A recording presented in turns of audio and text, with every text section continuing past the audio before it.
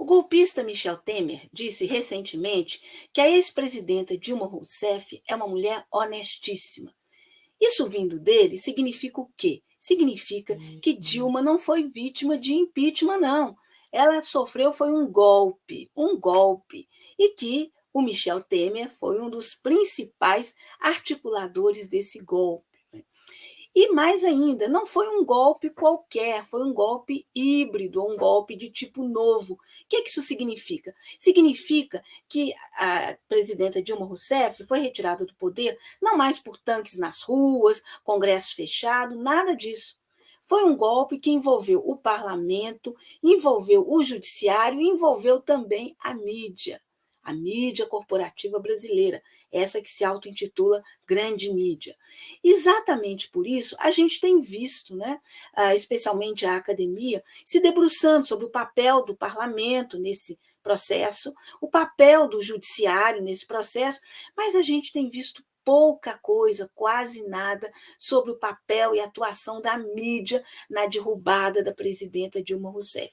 Por um lado, é mais ou menos óbvio, né? A mídia, que poderia, né, estar discutindo essas questões, ela não vai discutir porque ela não quer botar o dedo na própria ferida, né? Uma ferida que começa lá com essa derrubada, né, e vai até hoje. Bolsonaro é uma continuação desse golpe, que a gente espera que termine, que comece a terminar nas eleições de 2 de outubro, se tiver segundo turno, e que finalmente esteja enterrado com a posse do presidente Lula. A gente torce por ele, espera que ele seja eleito.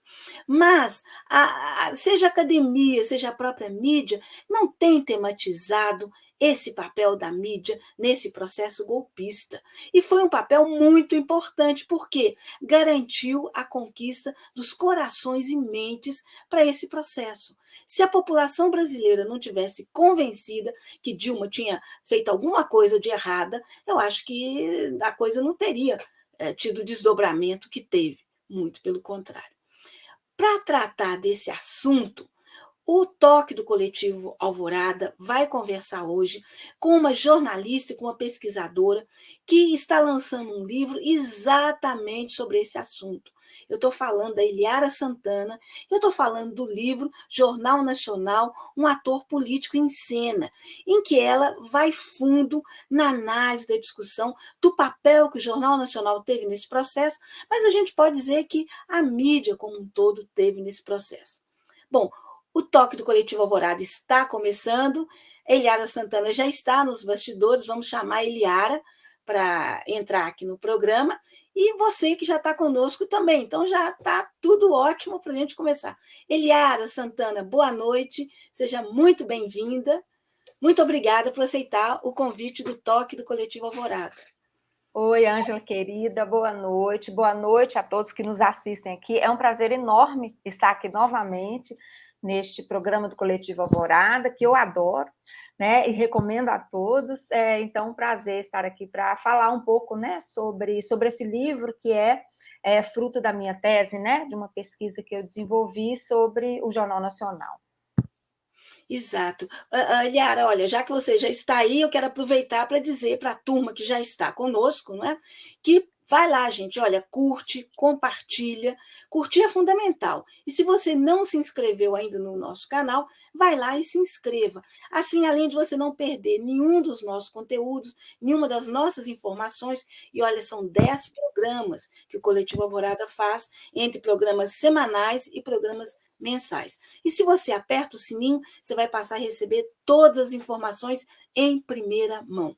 E estar bem informado é fundamental, né, gente? Olha só, então, vou começar pedindo para você, Eliara, para falar um pouco assim, o que te levou a fazer essa pesquisa, que é a sua tese de doutorado, e, claro, na sequência, transformá-la em livro. O que te motivou? Bom, eu quero começar fazendo aqui uma um agradecimento ao meu orientador queridíssimo, professor Gumari, da PUC Minas, né, que topou essa empreitada junto comigo. Nós tivemos, assim, algumas discussões sobre o tema, para funilar o tema mesmo, processo de pesquisa, né, claro, e eu sempre com esse desenho, né, sempre com um interesse muito grande pelo Jornal Nacional, né, em função da audiência, é o maior jornal, né, de maior audiência do país, na maior emissora do país, né, de televisão.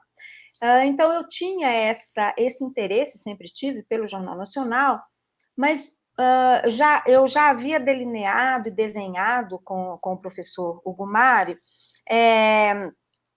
uma análise que iria se basear um pouco em alguns levantamentos de 2000 relativos a 2013, né, em relação também à Copa do Mundo, como estavam os anos em relação à Copa, né, como isso estava sendo trabalhado pela mídia. E aí, no dia 4 de março, né, de 2016, eu estava chegando à PUC, já estava com um desenho, porque eu queria analisar a narrativa, essa narrativa que estava sendo construída pelo Jornal Nacional, né? Eu já atenta às movimentações da Operação Lava Jato e a forma como o jornal estava fazendo a cobertura da operação, né? Com aquele desenho todo que nós duas, inclusive, já discutimos, né? Bastante também. Então, eu estava com esse desenho já, e no dia 4 de março, então, eu chegando à PUC, havia sido decretada a condição coercitiva do ex-presidente Lula, né, pelo ex-ministro Sérgio Moro. Então, eu tive ali, assim, a certeza de que o que eu queria, de fato, analisar, observar, era essa construção narrativa, como o Jornal Nacional estava construindo essa narrativa para dar suporte, né, ao golpe, no sentido de dar um apoio ao golpe, né, ao impeachment, ao processo de impeachment que se desenrolava ali, né, se desenrolou ao longo de 2015, estava ali no seu auge. Então, ali eu tive certeza, então, eu queria observar essa construção narrativa e como essa narrativa se desenhava do ponto de vista das estratégias, né, discursivas, porque a minha área é a análise do discurso, então, do ponto de vista da organização dessas estratégias, né, do discurso, como que isso se desenhava, como que isso compunha aquela narrativa, e se de fato aquela narrativa era poderosa, né, potente para dar esse suporte ao processo de impeachment, né? Então, eu já começava ali, porque eu comecei o doutorado, né? A pesquisa em 2016, mas, efetivamente, eu fui a partir de 2014, né? Então, a partir de 2014, final de 2014, 2015, até 2020, né? Então, é um corpus aí bastante extenso, são muitas e muitas horas de Jornal Nacional, de bancada, enfim. Então, foi esse desenho mesmo, entender o papel, né, desse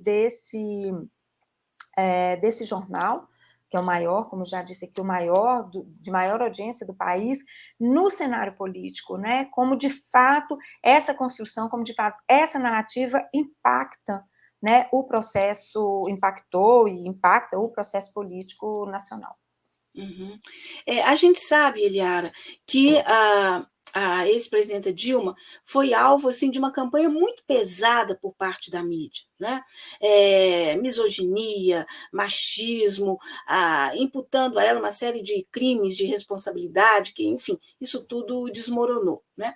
Mas você chegou a essa conclusão, não como o Michel Temer, né, com o sincericídio dele, mas você chegou com um trabalho muito minucioso. Fala para a gente um pouco da metodologia que você utilizou. Essa palavra pode parecer um palavrão, não é? Mas é importante um método, né, para poder desmontar um discurso tão articulado como esse da mídia brasileira, em especial do Jornal Nacional. Sim, claro, eu acho que é relevante sempre, né, para Porque quando a gente discute um processo analítico, a gente discute a análise realizada, eu acho que é essencial a gente mostrar como, né, foi feito, porque, como eu disse aqui, foram quase 2.000 edições do Jornal Nacional, perto de 2.000 edições, assistidas e assistidas novamente, né?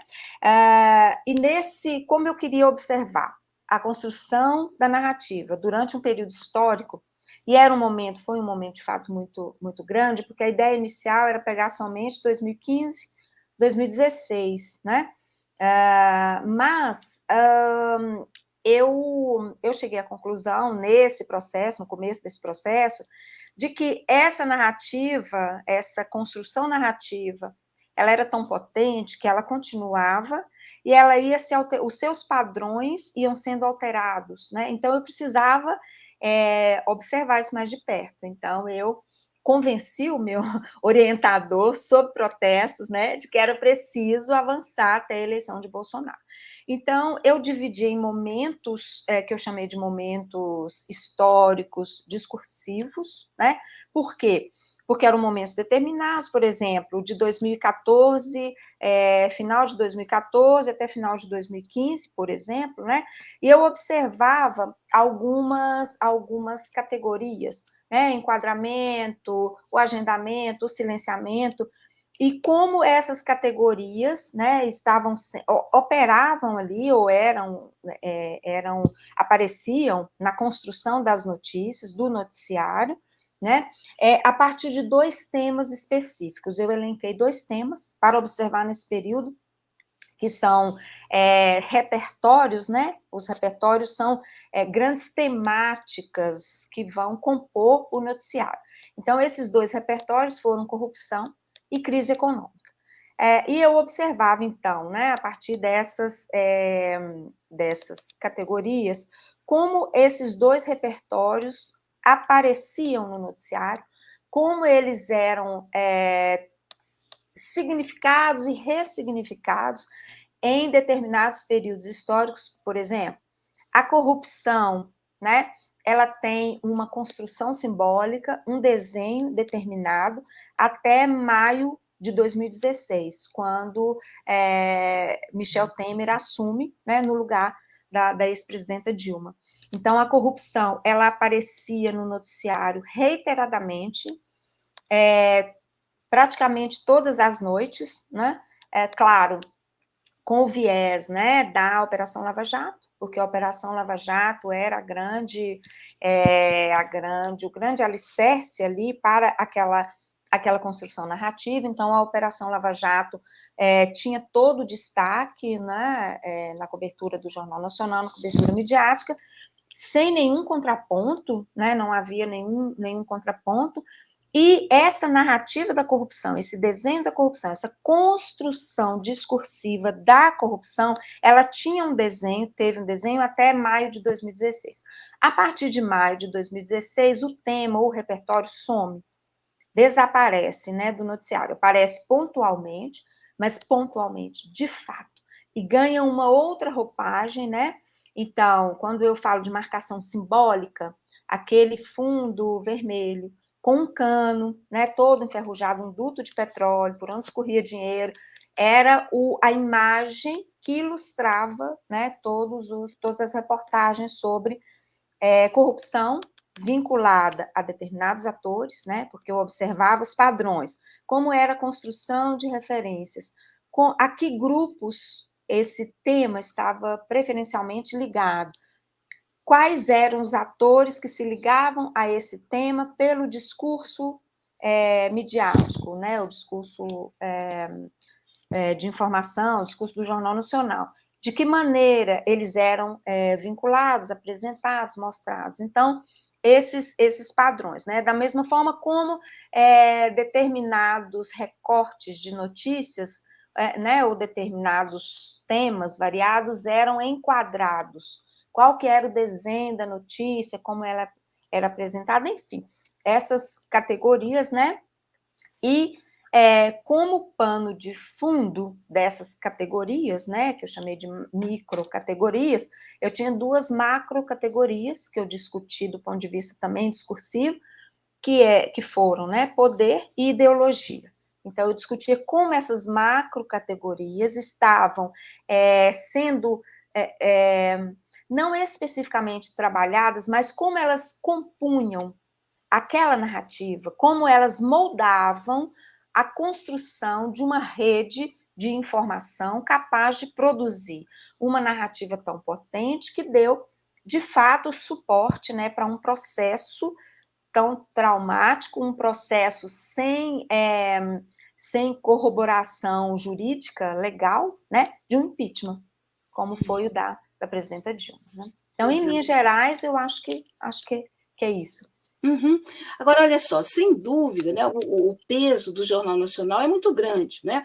É o jornal de maior audiência do maior grupo de mídia brasileiro. Né? Agora, ele não atuou sozinho. Né? Outros veículos de mídia estavam juntos com ele, reverberando, né, repercutindo, contribuindo para amplificar, para dar aquela ideia de que todos viam a mesma coisa. Né? Aí eu te pergunto, como é que você vê o papel do Jornal Nacional e da TV Globo neste processo? E mais ainda, né? Então a pergunta tem 2 pontos, esse é o primeiro. Segundo é o seguinte, o Grupo Globo, ele tem de tudo, né? Rádio, jornal, televisão, TV aberta, TV fechada, parte de música, de cinema, etc. Né? Com isso fica mais fácil passar para as pessoas uma ideia de pluralidade, porque o tipo de matéria que aparece no Jornal Nacional não é o tipo de matéria que aparece, por exemplo, no Valor Econômico. Então as pessoas dizem, mas o Jornal Nacional criticou a Dilma, mas o Valor Econômico não fez isso, ou não fez de uma forma tão contundente. Como é que você vê esse tipo de ação? Bom, é um desenho, primeiro a questão da repercussão nos outros veículos, né, do que era apresentado pelo Jornal Nacional. De fato, em alguns momentos, havia uma percepção, né, quase clara de que, ou melhor, parecia que nós tínhamos um grande conselho editorial que aglutinava todos os veículos, porque as manchetes, as chamadas, o tom das reportagens eram os mesmos em todos os veículos, né?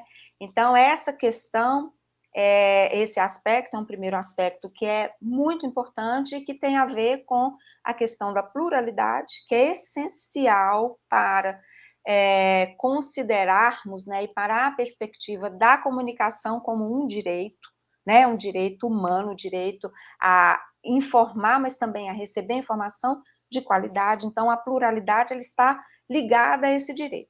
E, de fato, com a concentração que nós temos no Brasil, nós não temos esse direito ou esse aspecto da pluralidade, né, ele está relegado. Então, nós não temos muitas vozes, eu acho que a Operação Lava Jato, a cobertura, né, em relação à Operação Lava Jato, é muito evidente para mostrar isso. Então, durante o impeachment havia essa quase unanimidade, né? E aí, que era o apoio irrestrito à Lava Jato e a condenação sem julgamento à presidenta Dilma e ao grupo que ela representava, né? Ao grupo político que ela representava. Então, criou-se o que nós tratamos no discurso e abordamos aí, né, uma estratégia de poder, que é pela linguagem se estabelece a polarização, ou seja, havia um grupo nós e eles, né? Então, nós sendo o grupo que era favorável à Lava Jato, e eles, os que ousavam criticar tanto a Lava Jato quanto o processo de impeachment, né, da presidenta Dilma, porque eles andam, né, mais ou menos em conjunto, porque a Lava Jato ela tem início em 17 de março de 2014, né? Então, ela ao longo de 2015 se intensifica muito as ações da Lava Jato e ela ganha uma notoriedade muito grande, né? De fato. Então, esse é um primeiro aspecto. E aí, quando, né, você menciona o grupo Globo, que tem de fato, né, que é um conglomerado, tem de fato muitas ramificações, é preciso pensar que Em relação à pauta política ou ao posicionamento político, né, existe aí uma ótica neoliberal, e aí o professor Juarez Guimarães fala brilhantemente sobre isso. Então, a Globo, em relação à pauta de costumes, por exemplo, né, ela é bastante contemporânea, né, bastante arejada e é bastante progressista nesse sentido. Em relação à pauta econômica, ela é bastante conservadora, né, e os grupos de comunicação disputam poder, né, e num cenário como o do Brasil, onde nós temos essa concentração absurda, né, são pouquíssimos grupos que têm, de fato, que dominam, de fato, a produção e a disseminação da informação, e também de conteúdo de entretenimento, mas, sobretudo, da informação. Né? Então, nós temos aí esses aspectos, e a TV precisa, os grupos de comunicação precisam ter credibilidade, então, eles precisam estar, de fato, alinhados a algumas perspectivas, né, e aí a pauta de costumes entra nesse alinhamento, é uma pauta bastante, a cobertura do Jornal Nacional é muito boa em relação a alguns temas, como a questão feminina, né, envolvendo aí o feminicídio, por exemplo, a questão da violência, agora ela está tendo uma abordagem que é uma abordagem muito significativa, expressiva, mas, de fato, em relação a temas de política e economia, é uma pauta absolutamente conservadora, alinhada a uma perspectiva do neoliberalismo. Agora, podemos chamar de um blocão, né, o blocão da mídia, que se constitui, que se consolida ali no impeachment, com a eleição de Bolsonaro, há uma distensão, há um rompimento, uma ruptura, por quê? Há grupos que são alinhados a Bolsonaro, né? E esses grupos de mídia, eles não estão alinhados à Globo, né? Existe, inclusive, uma disputa aí, né, entre Record e Rede Globo, enfim. Então, e o sistema, a campanha, né, a construção, a estrutura da desinformação, ela bate muito pesado na Rede Globo, né? Então, eu acompanho alguns grupos, pesquiso agora desinformação, então eu acompanho alguns desses grupos, né? E o trabalho nas redes contra a Rede Globo, de fato, é bastante intenso, né? Bastante expressivo, é muito expressivo. Mas nós temos, então, agora digamos, uma nova configuração. Mas até o período da eleição, né? Até 2018, nós tínhamos, de fato, um grande alinhamento ali dos veículos, né? E chegava essa impressão de uma grande reunião, né? De um grande conselho editorial, porque as manchetes, as chamadas, eram praticamente as mesmas, né? Portanto, resumindo, não havia qualquer contraponto, né, na mídia brasileira. O assunto era tratado da mesma forma. Sim.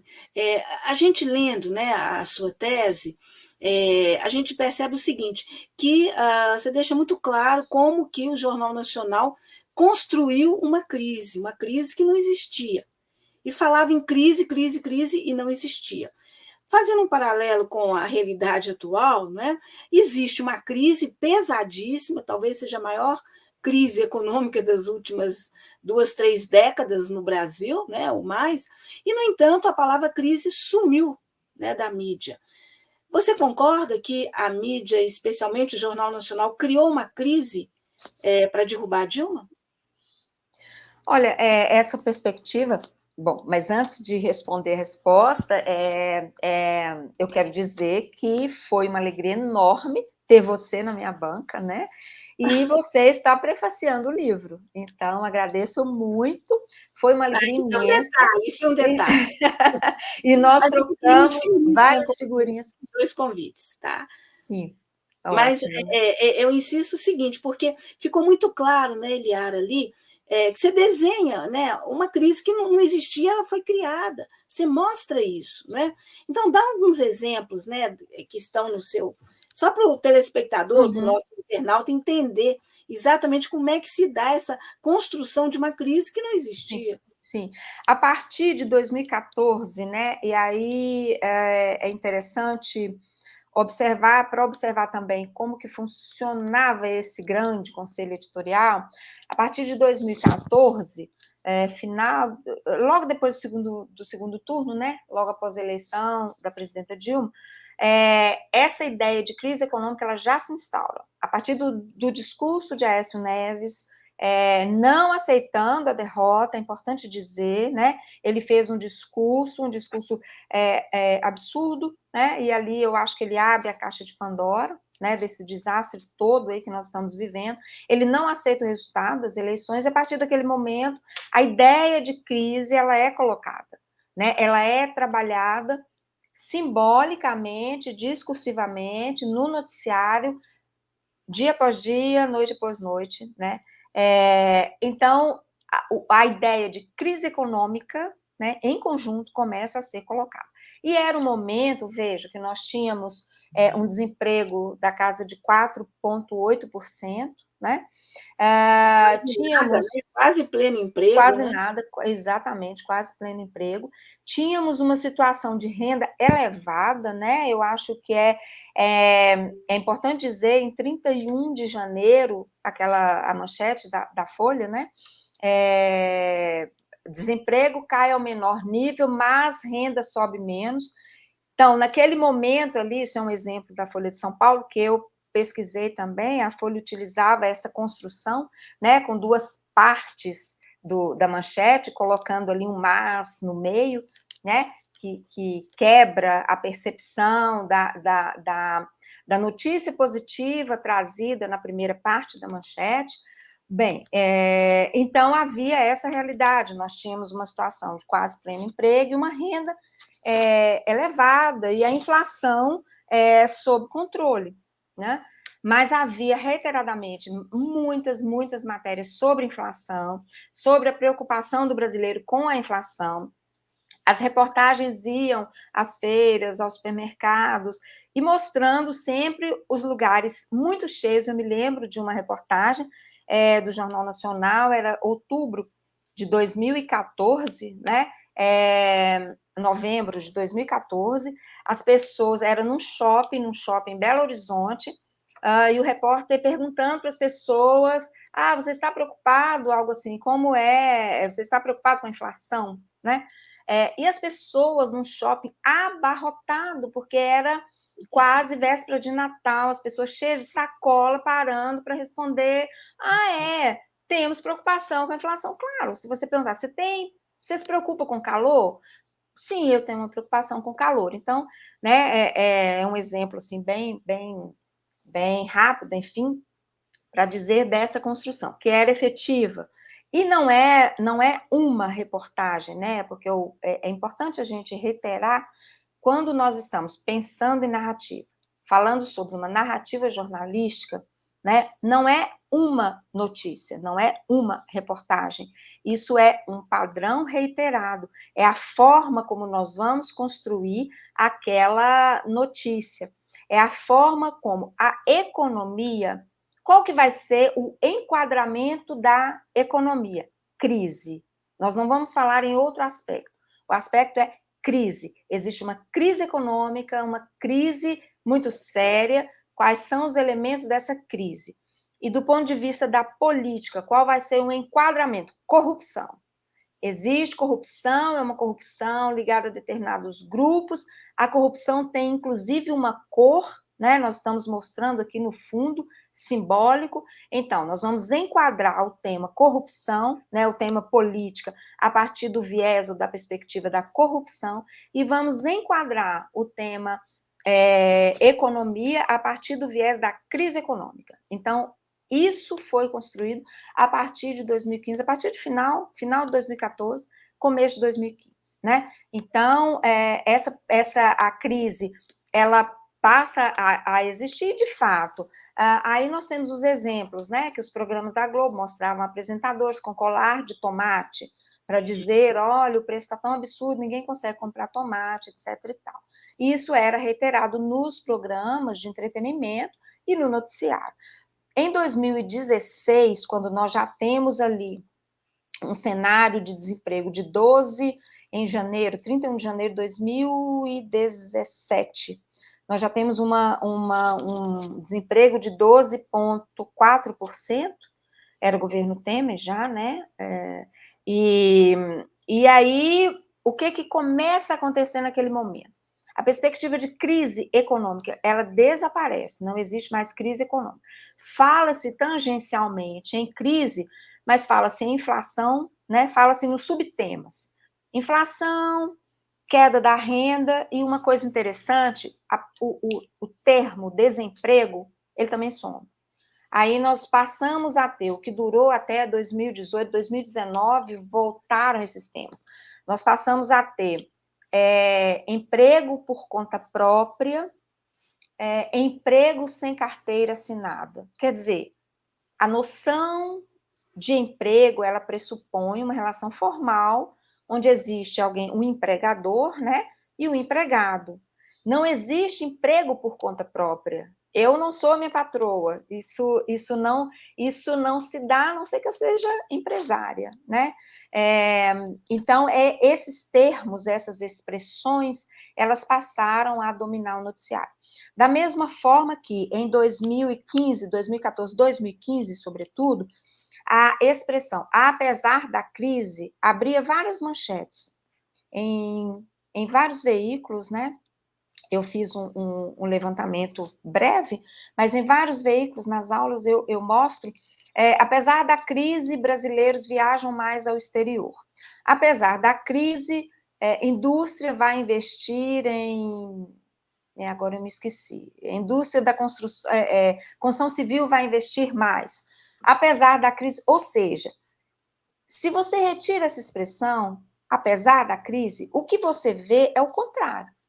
Porque se eu tenho brasileiros viajam ao exterior, não há crise. Porque quando há crise, de fato, como agora, a gente não viaja nem ao interior, né? Então, isso não se consolidava de fato, né?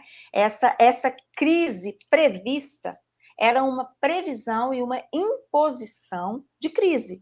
Era uma construção discursiva, né, de crise, de uma ideia de crise. Era preciso haver essa ideia de crise. Então, são dois exemplos, essa perspectiva... Ideia que hoje, né, Eliara, não está colocada, apesar de que a Não crise existe. está aí.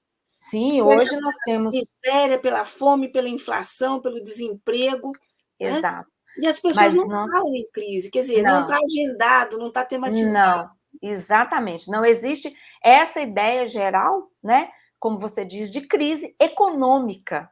Porque a gente pode falar em crise aleatória, não, crise econômica. O Brasil está vivendo uma crise gravíssima, uma crise seríssima, que vai deixar uma situação muito preocupante para o ano que vem, né? Isso tudo vai estourar. Então, nós vivemos, de fato, por todos esses elementos aí que você apontou, né? E com a volta da fome, que é gravíssimo, o Brasil volta ao mapa da fome, né?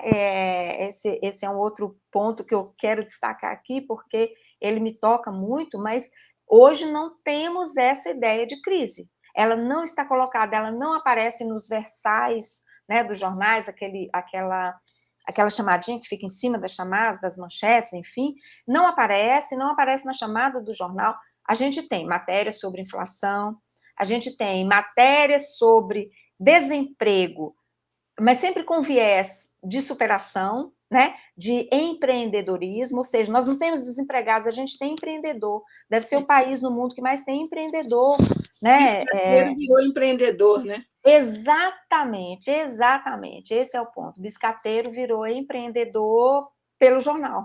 O jornal transforma o biscateiro em empreendedor, né? Uhum. Então, de fato essa construção, porque as pessoas às vezes comentam comigo, mas todo mundo está na rua, todo mundo sente no bolso. Claro, nós sentimos no bolso a falta de dinheiro, nós sentimos efetivamente a falta de emprego, mas para que isso se torne uma ideia, se torne um tema, é preciso uma mediação.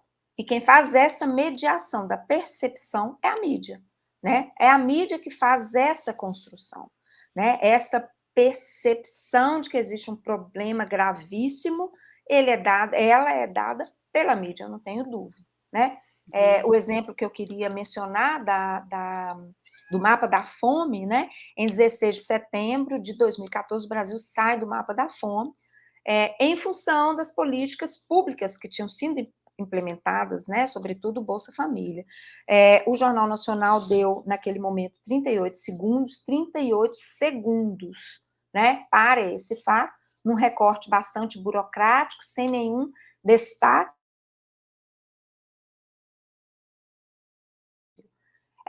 Agora, no mês passado, né, eu me perdi na data, mas foi isso, foi em julho. O Brasil volta, né, a FAO, órgão da ONU, declara que o Brasil está de volta ao mapa da fome.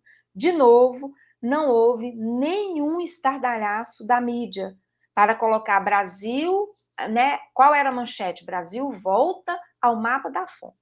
Se voltou, é porque havia uma realidade que era distinta, né? Nós não temos, e essas matérias, né, como você lembrou, que aparecem pulverizadas, elas são matérias sem, digamos, sem lastro, no sentido de que não tem responsáveis. Não existe uma autoridade econômica, uma autoridade nacional responsável pelo fato de hoje termos quase 34 milhões de brasileiros passando fome. Isso não é da ordem do acaso. Há políticas públicas que foram interrompidas, há uma total falta de ação do governo federal, do governo Bolsonaro e do ministro Paulo Guedes, da Economia, que não aparece. Não temos ministro da Economia. É impressionante ver a cobertura do Jornal Nacional e dos jornais, de modo geral, sem nenhuma menção a Paulo Guedes, né? E mais ainda, Yara, além de não existir ministro da Economia, né, não existiu Bolsa Família. Né? Durante a existência do programa, ele foi combatido assim permanentemente pela mídia corporativa brasileira. E agora não há nem referência. Eu lembro de 2, 3 semanas atrás, o Jornal Nacional fez uma série de reportagens, umas 4 ou 5, sobre a fome, né? E sem mencionar o Bolsa Família. Como assim? Um programa que durou 1,5 décadas, 18 anos, né? Para ser mais precisa. Como que esse programa não é mencionado? E com todos os índices de sucesso que ele alcançou, um programa que é referência mundial de renda de cidadania condicionada, né? Mas, enfim, eu queria voltar para a questão dos crimes jornalísticos, né? Porque a gente fala muito em crime, né? Crime político, mas a gente não fala em crime jornalístico, né? Você considera que esse tipo de atuação, num país efetivamente democrático e que a gente tivesse uma mídia democraticamente regulada, poderia acontecer? E se acontecesse, seria tratado como um crime? Esse tipo de atuação? Olha, eu acho que, eu não tenho dúvida, né, em dizer que se nós tivéssemos uma estrutura de mídia diferente, com uma mídia regulada, né, porque é um setor econômico, então todo o setor econômico é regulado, né, a mídia deveria ser regulada, mas cada vez, né, a cada vez que se toca nesse tema, ou que esse tema é trazido, transforma-se imediatamente em censura, o que não, de fato, não tem nada a ver, porque trata-se de regulação. Então, se nós tivéssemos uma mídia, primeiro, regulada, né? Se tivéssemos as condições de uma TV pública, de fato, né? E se tivéssemos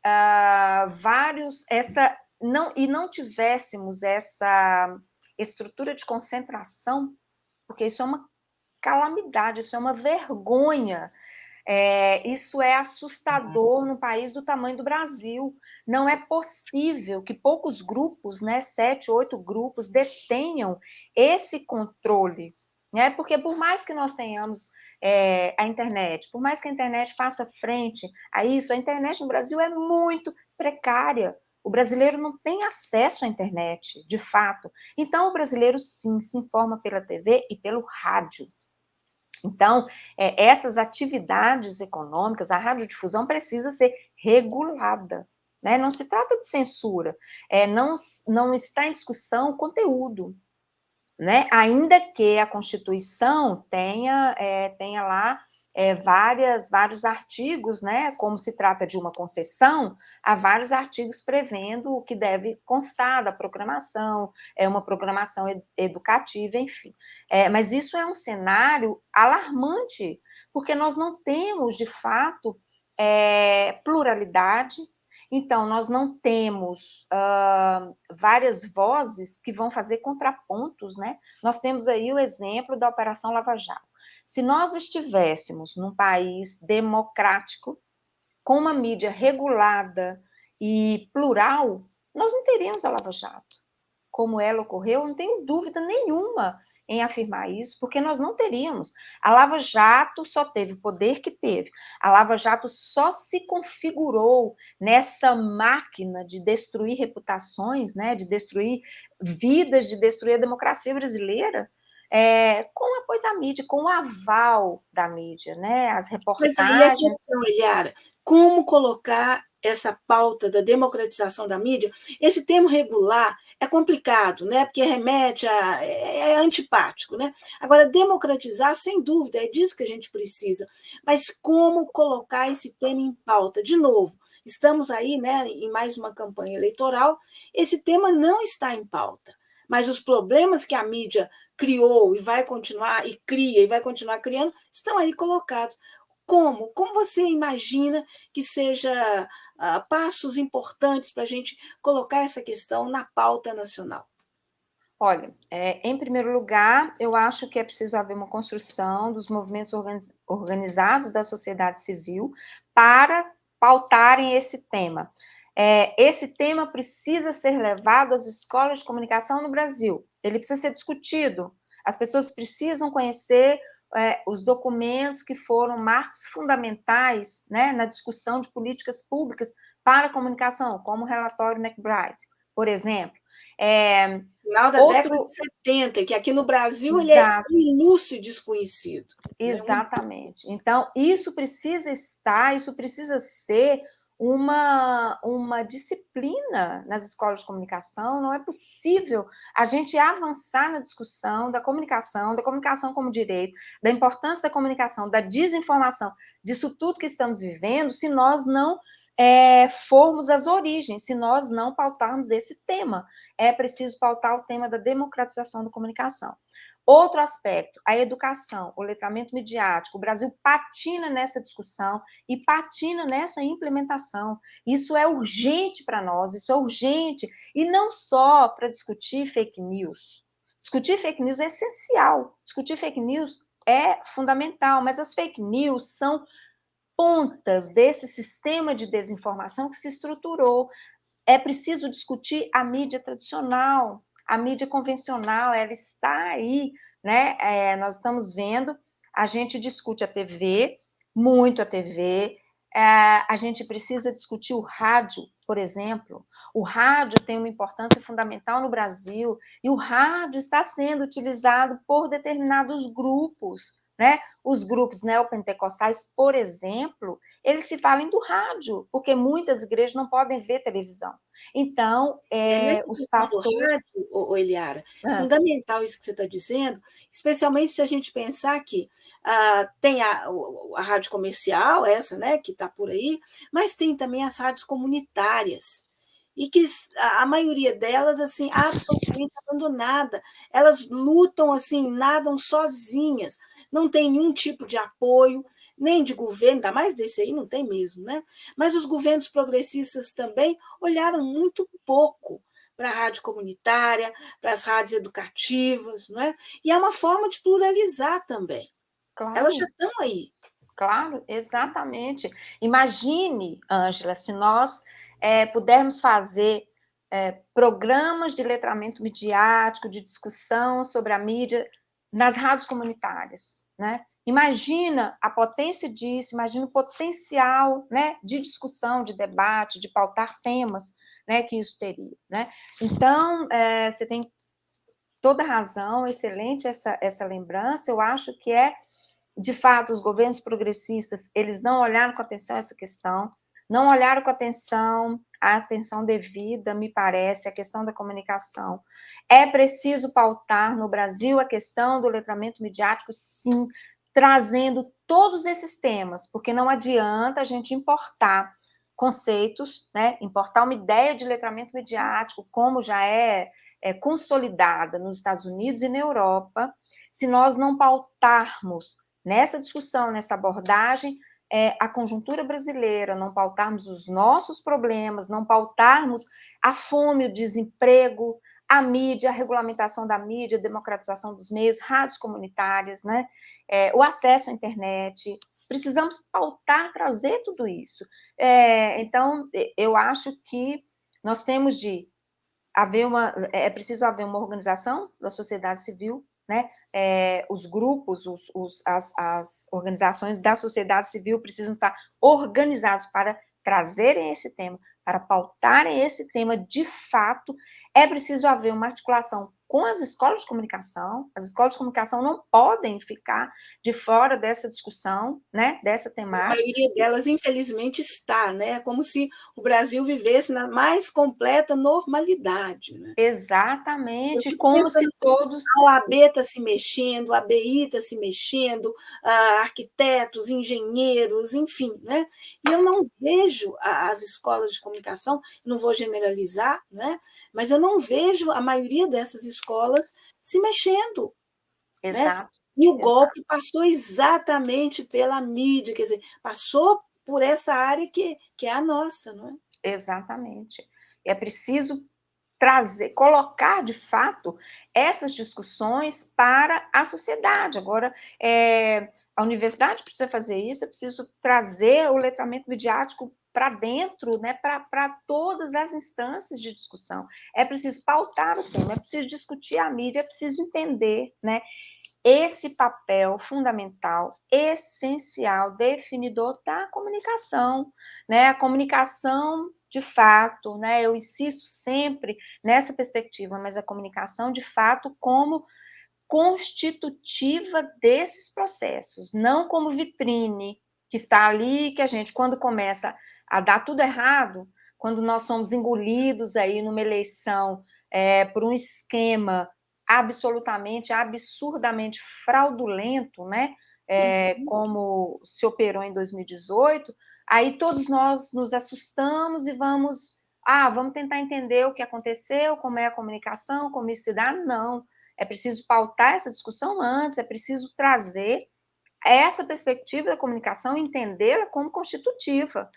A gente não discute desemprego sem discutir comunicação, a gente não discute política sem discutir comunicação, né? A gente não discute ciência sem discutir comunicação.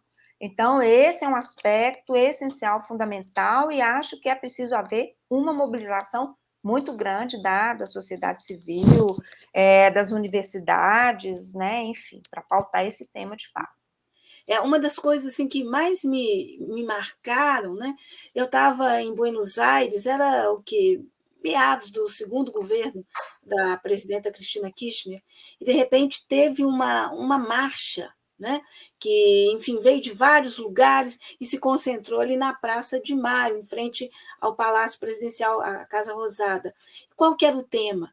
Democratização da mídia, lei dos meios. E o interessante, assim, eu fiquei assim, falei, que coisa maravilhosa. Entrei no meio da multidão e tal, e tinha de tudo. Tinha intelectual, tinha gente simples, tinha operário, tinha estudante, e todos discutindo e lutando pela democratização da mídia. Porque a situação da Argentina era muito parecida com a do Brasil. Lá o maior grupo, o Grupo Clarim, é o Grupo Globo de lá. Né? Participou das ditaduras, enfim, foi conivente com tudo de mais terrível que aconteceu lá, e a Argentina fez uma regulação democrática. Né? E isso não impediu a vitória do Macri, mas limitou, né, o governo dele a um mandato só. Né? E golpe, não. Né? Então, é um desafio enorme, né, para a gente. Mas exatamente isso é só uma lembrança. Né? E como eu sinto falta desse tipo de mobilização, que é, por enquanto, ainda impensável no Brasil, uma grande manifestação que tem a mídia como tema. Né? Mas eu queria, pegando ainda o gancho da mídia, Ilhara, te perguntar o seguinte: a concessão, né, da TV Globo, ela vence no dia 5 de outubro deste ano, ou seja, 3 dias depois das eleições, o primeiro turno, né, se a coisa for resolvida aí, ou seja como for, Bolsonaro ainda é o presidente, né? Até o 31 de dezembro, espero que seja o último dia do mandato dele. Mas seja como for, na renovação é ele que vai renovar ou não essa concessão. Claro que não depende só dele, depende do Congresso. Mas o que você acha? Você acha que ele vai, enfim, cumprir o que ele prometeu? Você acha que ele vai afinar? O que você espera? Olha, afinar eu não acredito, eu acho que ele tem um potencial gigantesco de causar confusão, e se ele puder usar esse potencial, ele vai usar, né? Como você bem lembrou, não depende só dele, depende do Congresso, mas é esse tipo de pressão, né? E aí nós temos de lembrar também que existe toda a máquina, uma máquina de desinformação do gabinete do ódio contra a Rede Globo, né? Recentemente, o governo federal, orientado, claro, aumentou significativamente os recursos, né, em formato de anúncios oficiais para a Rede Globo, né? Ainda que não seja um volume muito grande, como já foi em outras épocas, em outros governos progressistas, inclusive, mas foi um aumento expressivo de quase 90%, acho que foi 86%, né? Nos primeiros meses deste ano. Então, sim, eu acho que pode estar rolando alguma espécie de acordo brando, digamos assim, né? Mas acredito que Bolsonaro vai usar o poder dele para causar confusão. E vai causar confusão em relação à Rede Globo. Agora, pode estar rolando, pelo tom do noticiário, né, em assuntos-chave, em alguns temas, pode estar rolando alguma espécie é, de acordo, né? Não diria um acordo de apoio absoluto, isso não. Não acredito que a Globo apoie em conteste, né? Dê um apoio em conteste a Bolsonaro, a reeleição de Bolsonaro.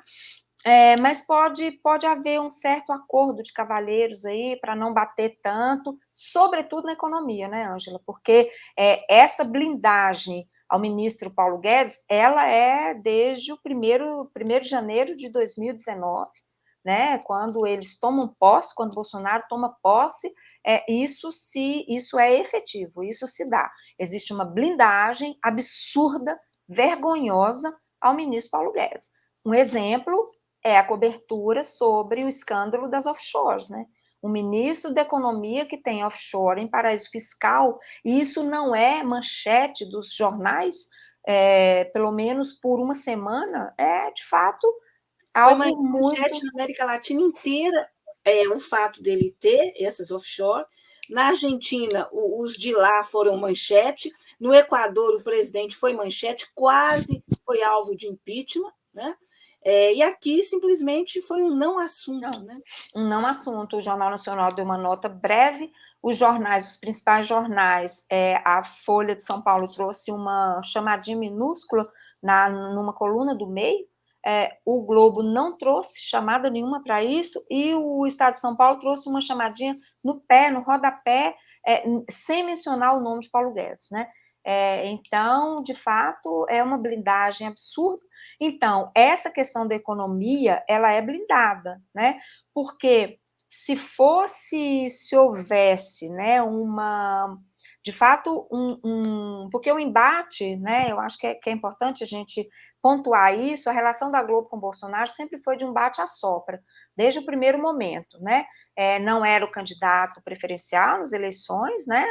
Era preferencialmente seria um candidato tucano, que não decolou, então não havia esse candidato, e no último momento, para não aderir, claro, né, a candidatura Haddad, houve uma adesão aí a Bolsonaro nessa configuração da parceria com a Operação Lava Jato. Então, aquele 1º de outubro né? 29 de setembro e 1º de outubro de 2018 são datas muito marcantes, né? A primeira, quando a Globo, 29 de setembro, Jornal Nacional, traz uma entrevista exclusiva com Bolsonaro dentro do avião, em que ele, inclusive, já joga o tema, o assunto das urnas eletrônicas, ele coloca em xeque as urnas eletrônicas ao vivo no Jornal Nacional e não se diz nada, porque soltaram uma nota rastaquera que ninguém compreendeu do que se tratava, né? Então isso não foi combatido.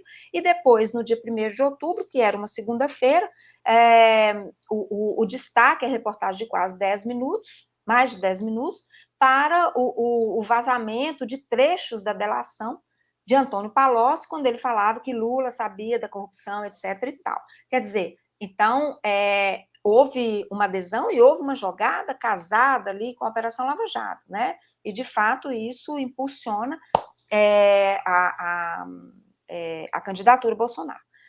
Então, eu não acho, mas depois, com a pandemia, Bolsonaro bate muito na Rede Globo e a Globo bate muito nele, né? E as redes se mobilizam ali contra a Rede Globo. Depois, por volta de agosto, né, quando tem aquela reportagem com o staff todo do governo, Paulo Guedes à frente, com Bolsonaro, eles param um pouco, existe ali a bandeira branca, sobe, depois voltam a carga novamente, e agora está assim, meio num lusco-fusco, né, sem bater, de fato, pesadamente. Uma surpresa foi a reportagem sobre o assassinato de Marcelo Arruda, né, lá em Foz do Iguaçu, que houve, que de fato falaram em assassinato, né, foi uma surpresa, mas o tom da cobertura, sobretudo econômica, é um tom bastante sóbrio, tudo muito morno, né? Então, voltando à questão da concessão, acho que Bolsonaro vai né, vai usar o potencial que ele tem de grande confusão, de fazer confusão, mas eu acho que pode haver aí um recuo, sabe? Um recuo aí no enfrentamento, né? Mas vamos aguardar, porque é difícil fazer uma previsão assim muito acertada, mas a gente observa os padrões, as tendências, como já houve em outros momentos, né? Então dá para desenhar, imaginar mais ou menos o que vem, assim. Falando nesses padrões, né, em observar, né, como que as coisas se desenvolvem, eu tenho observado uma coisa que eu não sei se você concorda com essa minha observação. Se no impeachment da Dilma e até muito recentemente, né, a gente pode dizer que a mídia corporativa estava junta, né, no essencial, pauta econômica e defesa do governo Bolsonaro, o assunto impeachment nunca aparecia, né? Mais de 100 pedidos de impeachment, mas não é assunto também. Eu noto que agora começa a haver uma diferença entre os dois principais grupos, né? O Grupo Globo e o Grupo Folhas. Enquanto o Grupo Folhas tem tido um tom mais duro, né, em relação a Bolsonaro, hoje recentemente, né, o UOL entrevistou o ex-presidente Lula, né? A gente tem acompanhado no dia a dia manchetes mais críticas da Folha de São Paulo, editoriais, etc, etc. O Grupo Globo continua, digamos assim, absolutamente distante do ex-presidente Lula, né? E eu noto mais ainda, Eliara, uma certa competição entre o Grupo Folha e o Grupo Globo, que no passado existiu. Anos 80 era claro, né? O Grupo Folhas surfou aí com as diretas, com o próprio vitória de um civil no colégio eleitoral, com a redemocratização. E a Globo perdeu aí o time nessa história. Você está percebendo alguma coisa nessa linha? Sim, muito bem observado por você esse distanciamento, ele existe de fato, né? A Folha tem trazido reportagens que batem muito, né? Sobretudo em relação a temas como violência, feminicídio, a própria pauta econômica, né, tem tido um tratamento diferenciado, né, da Globo em relação ao Jornal Nacional ou ao Grupo Globo, sim, de fato. Por exemplo, os movimentos, né, do ano passado contra Bolsonaro, contra o governo, eles tiveram destaque total na Folha de São Paulo e não tiveram uma cobertura pífia nos outros veículos e também na Globo, né? No Jornal Nacional, nos jornais, no Globo, no Jornal Nacional, nos outros jornais, enfim. Então, sim, eu tenho observado essa tendência, né? Digamos assim, da Folha de São Paulo, ou do Grupo Folha, né? Porque nós tivemos hoje uma entrevista do ex-presidente Lula no UOL, né? Eu não vi ainda, mas já tive retorno, você mesma comentou que foi uma boa entrevista. Enfim, esses temas, essas temáticas, a política tem tido uma cobertura bastante diferente, sim. Diferente, de novo, do impeachment, quando houve aquele grande grupão do conselho editorial, né, que parecia o mesmo grupo. Mas, sim, de fato, eu tenho observado, de novo, essa tendência, observado também, essa tendência da Folha, né, de uma cobertura muito mais incisiva, né, contra o governo Bolsonaro, contra alguns temas, né, da pauta, enfim, do governo.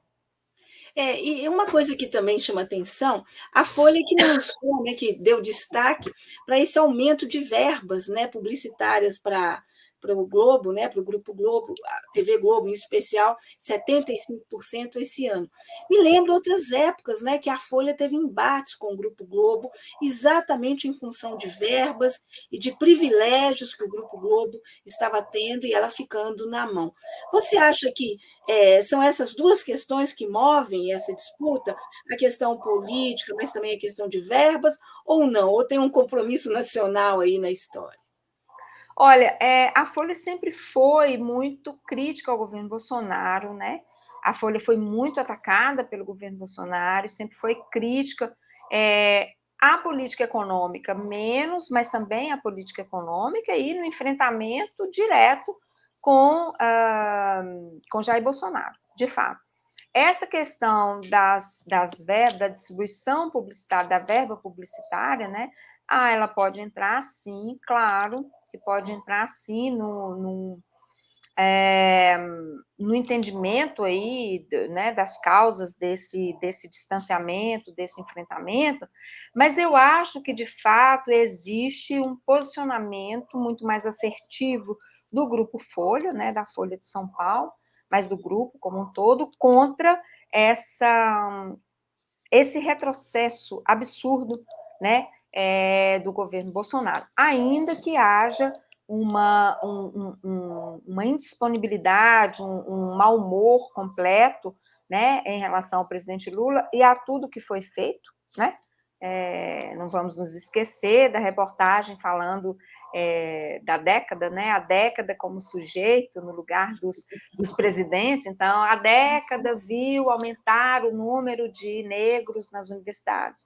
Quer dizer, mas isso tem se alterado, sabe? Isso tem se alterado em várias reportagens. Eu acho que é um time de colunistas que é muito bom, que traz temas, traz discussões muito importantes. Então, eu vejo esse enfrentamento, mas não é um fator apenas, né? Não é um fator apenas, eu acho que é uma conjunção de fatores aí que vai explicar esse distanciamento, como você bem lembrou, como houve em outras épocas, né? E esse enfrentamento, de fato, bastante assertivo, né? Porque nunca houve um bate-a-sopra da Folha em relação ao Bolsonaro. Sempre foi uma postura de enfrentamento, né? E não crescendo, e na pandemia foi excepcional, né? Mas o consórcio todo de veículos da imprensa, né, teve uma atuação muito marcante, importante durante a pandemia, né? Mas eu acho que esse enfrentamento pode aparecer mais, né, no decorrer da campanha. Nós estamos caminhando para o final, mas eu ainda quero explorar um pouco com você a questão do futuro. Eu sei que jornalista, pesquisadora, não é? Enfim, ninguém tem bola de cristal. Mas a partir, né, de determinados elementos, da observação e o estudo de como as coisas foram, costumam indicar, né, caminhos assim bem interessantes para a gente pensar o futuro, né? E aí eu te pergunto, Eliara, que tipo de futuro você está vendo para a mídia corporativa brasileira? Especialmente se tudo der certo, e eu espero que dê, com a vitória do ex-presidente Lula. Olha, em termos do, então, o primeiro aspecto, em termos do comportamento, por exemplo, da mídia em relação a um futuro governo Lula, né? A partir do ano que vem, enfim. Eu acho que vai ser uma postura de cobrança e enfrentamento. Eu não vejo um arrefecimento, né, nesse posicionamento da mídia. Assim, eu não vejo um tratamento, não vai ser como no período anterior ao impeachment, durante o impeachment, né? Acredito que não, creio que não, pelos indicativos, enfim, mas acho que vai ser de muita cobrança, né? E aí, existe um problema, que é um problema de financiamento, né? Existe um problema de financiamento, porque todos nós sabemos que os veículos todos enfrentam muitos problemas de dinheiro, né? Isso é uma realidade. Por quê? Porque outras fontes de informação, de entretenimento, enfim, entraram em cena, mas que também são um problema, porque nós não podemos achar que a internet é a grande solução, a grande ágora, a grande praça democrática, porque quando migramos para esse cenário, nós temos aí 5 big techs, né, que são gigantes que dominam as plataformas. Aquela Então, história, né? Se a gente reclama aqui, né, que 6, 7 famílias controlam, se a gente vai para as big techs, na verdade, 4 empresários estadunidenses controlam a comunicação no Ocidente. exatamente. Gravíssimo, né? É Gravíssimo. gravíssimo, gravíssimo, né? E criando padrões de consumo, criando padrões de entretenimento, criando padrões políticos, né? De gosto político. Vigiando, né? Vigiando. De vigilância. Exatamente. Então, esse é um problemão, problema gigantesco. Agora, a mídia tradicional vai enfrentar problemas de adaptação, mas eu acho que estão migrando, né, para a Rede Globo, o Grupo Globo, por exemplo, já tem aí dos portais mais acessados enfim, parceria já com o migra. Google, inclusive. Exato, tem parceria com o Google, já migra, né? Já migra sua grade, enfim, para o streaming, né? Então, essa é uma realidade. Então, temos aí um período, acredito que de vida longa, com problemas a serem enfrentados. Agora, em relação ao governo, porque são grupos de poder, né, Ângela? Então, não são grupos de poder da sociedade civil, da população, dos trabalhadores, são grupos de poder de uma elite econômica. Então, nós temos que pensar a partir desse prisma, né? Desse viés. Então, são grupos Pelo econômicos. lado do governo, o que é que você espera? Que cenário você está prevendo? Olha, é difícil, né, fazer, mas o que eu espero é que haja um tratamento decente para a comunicação, pautando temas, colocando essa discussão para a sociedade civil, articulando com as universidades, trazendo a questão do letramento midiático, que é urgente, né, para os centros populares. Aí você tem várias possibilidades, né? As rádios comunitárias, como nós falamos aqui, são possibilidades efetivas de se fazer formação política, né? Que o letramento midiático, para mim, na minha concepção, é formação política, não partidária, não vamos confundir, mas uma formação política, de fato, né?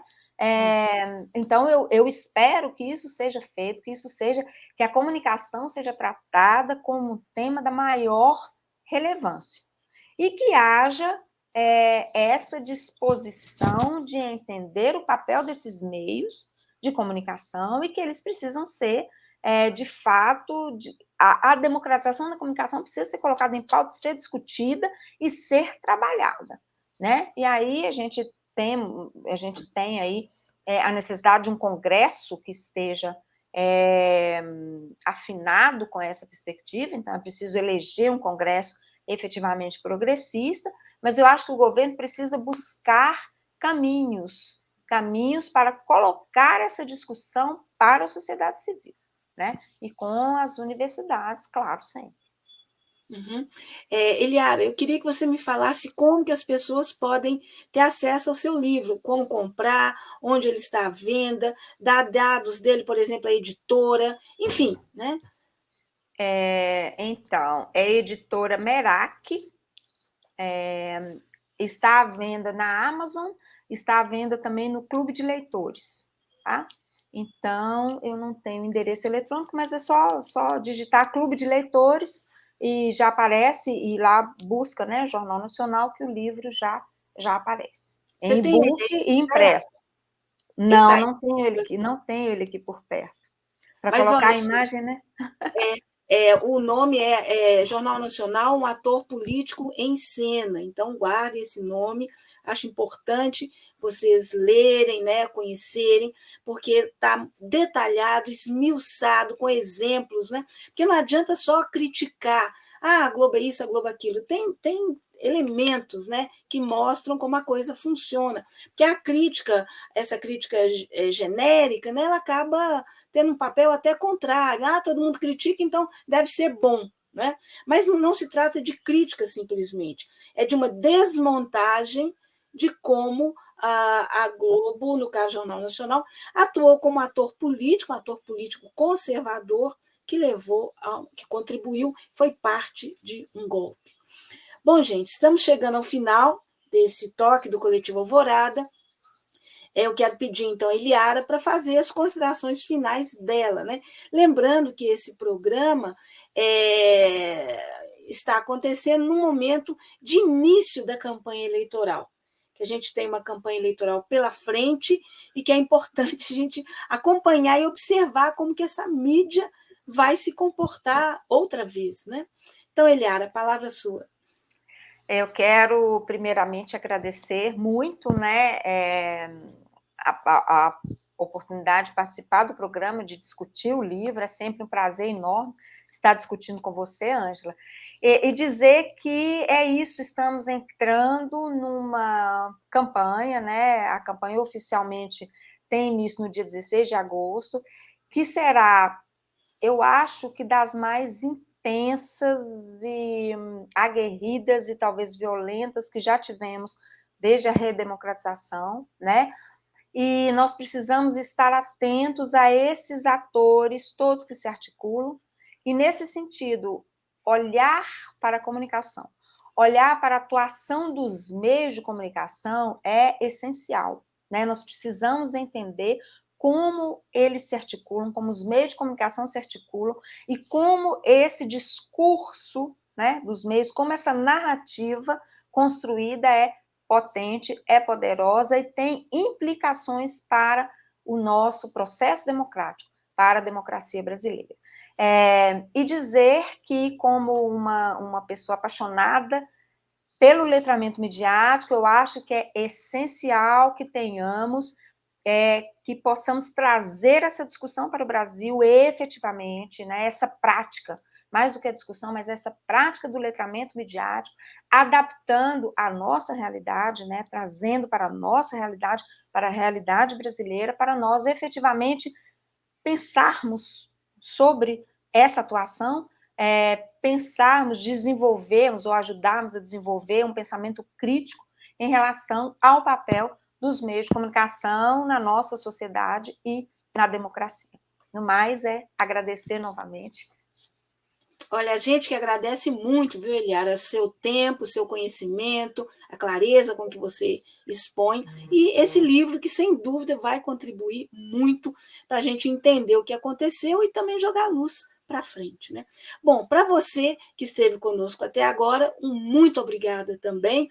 Lembrando que você pode não só curtir, como compartilhar. E quando você compartilha, você permite que mais pessoas tenham acesso a esse conteúdo. Você coloca as nossas pernas mais compridas, porque as pernas da mídia independente ainda são curtas e elas precisam crescer, não é? Então, gente, muito obrigada. Quero dizer também que esse programa não existiria se não fosse a produção técnica da Alexandra Badaró e se não fosse também a produção executiva do Pedro Martins. E esse programa é uma ação do Coletivo Alvorada. Tá? Até semana que vem. Beijo para vocês. Valeu, Eliara. Tchau.